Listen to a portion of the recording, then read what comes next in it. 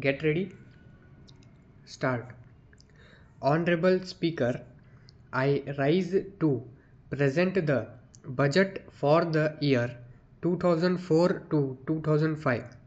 It is an honor to present the fifth consecutive budget of my government.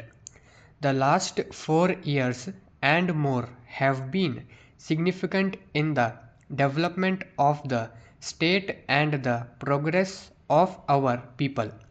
A vibrant Karnataka today occupies a position of preeminence amongst the states of the Union and has contributed in no small measure to a resurgent India.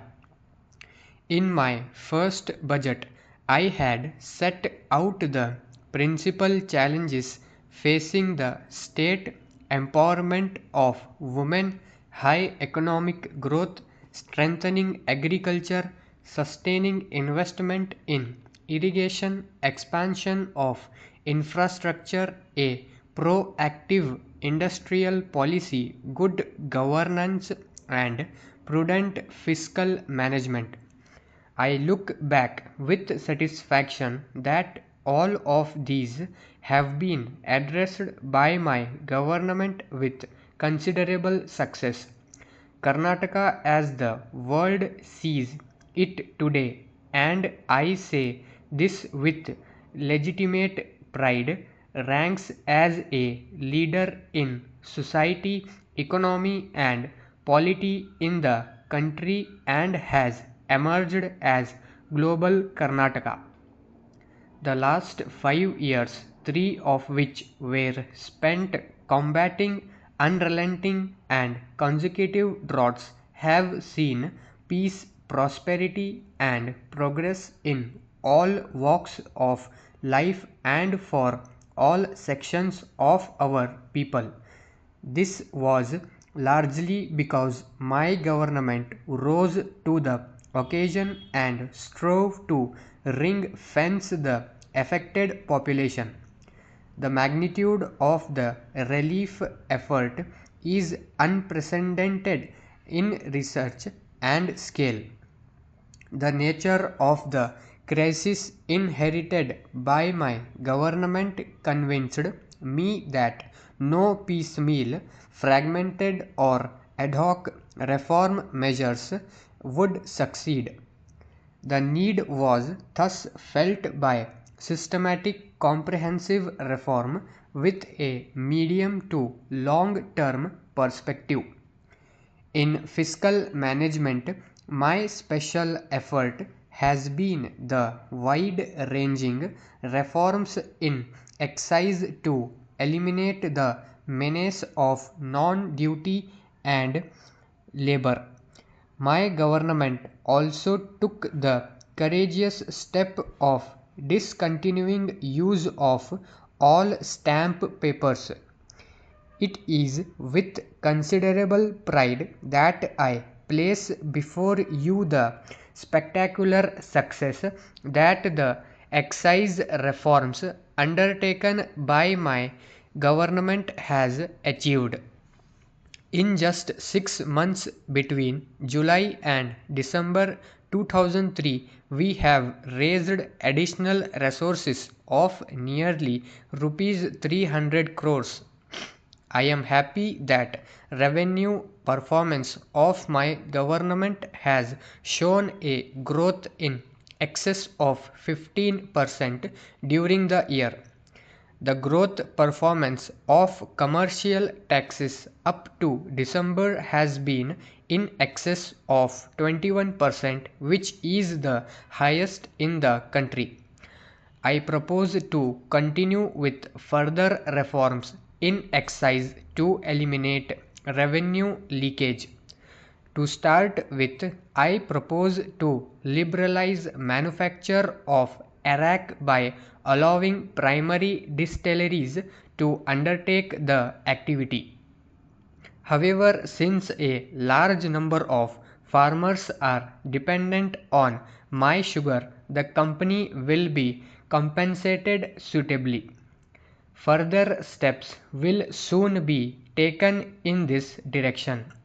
I am, however, anguished by the step-motherly treatment meted out to us by the central government on the issue of releasing the structural adjustment loan of rupees 1200 crores. The World Bank had, after its assessment of our reform effort, recommended in loan for Karnataka. The dates for loan negotiations had been finalized in consultation with the Ministry of Finance. We are yet to receive a satisfactory answer from the federal government, particularly when it has gone out of its way to rush through negotiations and ensure that a similarly placed state is rewarded. My vision for the fiscal future of Karnataka is to rationalize tax structure to foster growth, withdraw from areas which should be in the domain of the private sector to concentrate on areas of market failure, and to reform public expenditure to shift resources towards infrastructure and human development. To these ends, I will strengthen the multi-pronged reforms program launched by my government and consolidate the gains of fiscal correction.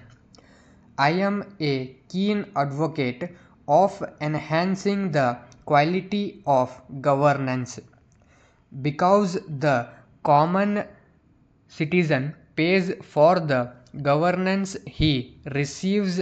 I believe we must first enhance quality of service delivery and only thereafter enhance the cost of these services to the citizen. Alongside, I will adopt wide-ranging reforms in pension funding and employee-related costs to reduce the burden of governance costs on the citizen. My endeavor will also be merge replicable administrative functions, departments and establishments to ensure effective, less expensive government. I wish to share with you my vision for Karnataka's development in the ensuing years. At the heart of this vision is the compelling commitment to improve the quality of life, social, economic, and cultural of all the people of the state.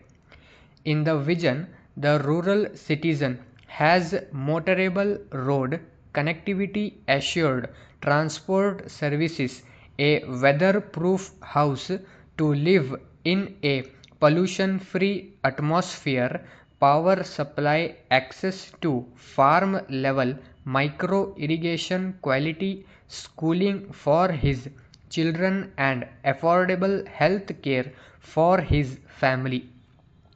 I must begin with a subject dear to my heart. Our children are our future. Ensuring that every child in Karnataka goes to school has been my dream. The Akshara Dasoha program therefore takes pride of place in my government's effort. Over 44 lakh primary school children have been covered under this midday program. This would, in my estimation, secure the future of these children in long terms. Thanking you, Diksha Printing Press, represented by its manager, KG Road, Bangalore 9, to Shreya and Company, SP Road, Bangalore 9. Dear sirs, we have great pleasure in introducing ourselves as one of the leading printers of modern calendars, diaries, and various other advertising materials. As the new year is approaching, I am sure you will realize that the best way to get more and more customers for the coming year is to supply them beautiful calendars. We wish to suggest that attractive picture calendars with your company's name printed on them will prove to be an excellent medium of advertisement. This will keep your company's name fresh in the memory of your customers for a full year. We have supplied such fine calendars to a number of leading firms in your place in past years, and all of them are continuously placing orders for more and more of these calendars. We would also like to suggest that another lasting way of drawing the attention of more and more new customers and retaining the existing ones is by supplying them good diaries with the name of your company prominently printed. In the diaries that we have supplied to firms like yours, very useful information needed by businessmen, executives, officials, and other is included. So anyone who is in possession of your diary will always remember you, as he will be using the information contained therein every day.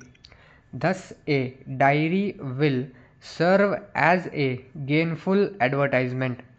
As our business relation is a well established one for a number of years, and as our reputation has been maintained well with the public, we not only expect you to replace the articles which have been broken, but also dispatch another consignment of 100 more items within.